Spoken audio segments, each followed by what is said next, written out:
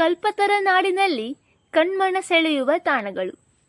ತುಮಕೂರಿನ ಮೂಲ ಹೆಸರು ತುಮ್ಮೇಗೂರು. ಬೆಂಗಳೂರಿನಿಂದ 70 ಕಿಲೋಮೀಟರ್ ದೂರದಲ್ಲಿದೆ. ದಕ್ಷಿಣ ಕರ್ನಾಟಕ ರಾಜ್ಯದಲ್ಲಿರುವ ಪ್ರಮುಖ ಜಿಲ್ಲೆಯಾಗಿದೆ. ಅತಿ ಹೆಚ್ಚು ಕೆಂಪು ಮಣ್ಣನ್ನು ಹೊಂದಿದೆ. ತುಮಕೂರು ಜಿಲ್ಲೆ ಕರ್ನಾಟಕದ ಅತಿ ಹೆಚ್ಚು ತೆಂಗು ಹಾಗೂ ರಾಗಿ ಬೆಳೆಯುವ ಜಿಲ್ಲೆಯಾಗಿದೆ. ಈ ಜಿಲ್ಲೆಯು ಕಲ್ಪತರು ನಾಡು ಎಂದು ಹೆಸರುವಾಸಿಯಾಗಿದೆ. ಈ ಜಿಲ್ಲೆಯಲ್ಲಿ ನೋಡಬಹುದಾದಂತಹ ತಾಣಗಳು: ಮಧುಗಿರಿ ಬೆಟ್ಟ. ಮಧುಗಿರಿಯು ಕರ್ನಾಟಕದ ತುಮಕೂರು ಜಿಲ್ಲೆಯಲ್ಲಿರುವ ಒಂದು ಸಣ್ಣ ಪಟ್ಟಣವಾಗಿದೆ. ಮಧುಗಿರಿ ಬೆಟ್ಟ ಕೋಟೆ ಎಂದು ಕರೆಯಲ್ಪಡುವ ಈ ಕೋಟೆಯು 3930 ಅಡಿ ಎತ್ತರದಲ್ಲಿದೆ ಮತ್ತು ಏಷ್ಯಾದ ಅತಿದೊಡ್ಡ ಏಕಶಿಲೆಯ ಶಿಲಾರಚನೆಗಳಲ್ಲಿ ಒಂದಾಗಿದೆ.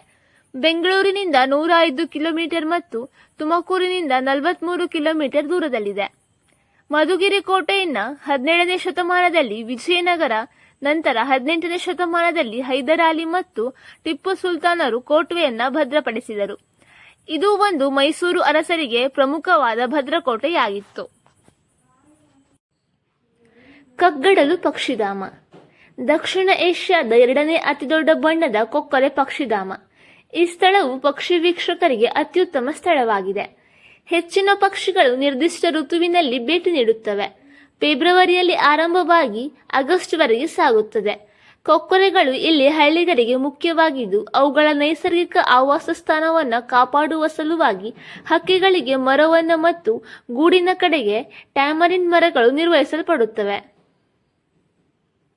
ಹಕ್ಕಿಗಳು ಬಯಸುವ ಗೂಡುಕಟ್ಟುವಿನ ಕಾಲೋನಿ ಮತ್ತು ತೇವ ಪ್ರದೇಶಗಳನ್ನು ಮೇಲ್ವಿಚಾರಣೆ ಮಾಡುವ ಜವಾಬ್ದಾರಿಯನ್ನ ಹೊಂದಿದೆ. ಸಿದ್ಧಗಂಗಾ ಮಠ. ತೀರ್ಥಯಾತ್ರೆಗೆ ಪ್ರಸಿದ್ಧವಾದ ಕೇಂದ್ರವಾದ ಸಿದ್ಧಗಂಗಾವು ಬೆಟ್ಟದ ಮೇಲೆ ಸಿದ್ಧಲಿಂಗೇಶ್ವರನಿಗೆ ಅರ್ಪಿತವಾದ ದೇವಸ್ಥಾನವನ್ನು ಹೊಂದಿದ್ದು, ಭಕ್ತರು ಹೆಚ್ಚಿನ ಗೌರವವನ್ನು ನೀಡುತ್ತಾರೆ. ಈ ದೇವಾಲಯದ ಪ್ರವೇಶದ್ವಾರದಲ್ಲಿ 6 ದೇವಾಲಯಗಳನ್ನು ಕಾಣಬಹುದಾಗಿದೆ. ಈ ದೇವಸ್ಥಾನದ ಹತ್ತಿರ ಮತ್ತು ಸುತ್ತಮುತ್ತಲಿನ ಪ್ರದೇಶಗಳಲ್ಲಿ ವೀರಶಿವ ಮಾತಾ ಇದೆ. ಮಾತಾ ಪ್ರತಿದಿನ ಸಾವಿರಾರು ವಿದ್ಯಾರ್ಥಿಗಳಿಗೆ ಮತ್ತು ಯಾತ್ರಿಕರಿಗೆ ಆಹಾರವನ್ನು ನೀಡುತ್ತದೆ. ಇದು ಪ್ರಮುಖ ಶೈಕ್ಷಣಿಕ ಕೇಂದ್ರಗಳಲ್ಲಿ ಒಂದಾಗಿದೆ. ಗೊರವನಹಳ್ಳಿ ಮಹಾಲಕ್ಷ್ಮಿ ದೇವಸ್ಥಾನ. ತುಮಕೂರಿನಿಂದ ಕೇವಲ 30 ಕಿಲೋಮೀಟರ್ ದೂರದಲ್ಲಿರುವ ಮಹಾಲಕ್ಷ್ಮಿ ದೇವಸ್ಥಾನವು ಕೊರಟಗೆರೆ ತಾಲೂಕಿನಲ್ಲಿದೆ. ಇಲ್ಲಿ ಭಕ್ತಿ ಮತ್ತು ಸಾಕಷ್ಟು ನಂಬಿಕೆಯಿಂದ ಪೂಜಿಸುವ ದೇವತೆಯೇ ಮಹಾಲಕ್ಷ್ಮಿ.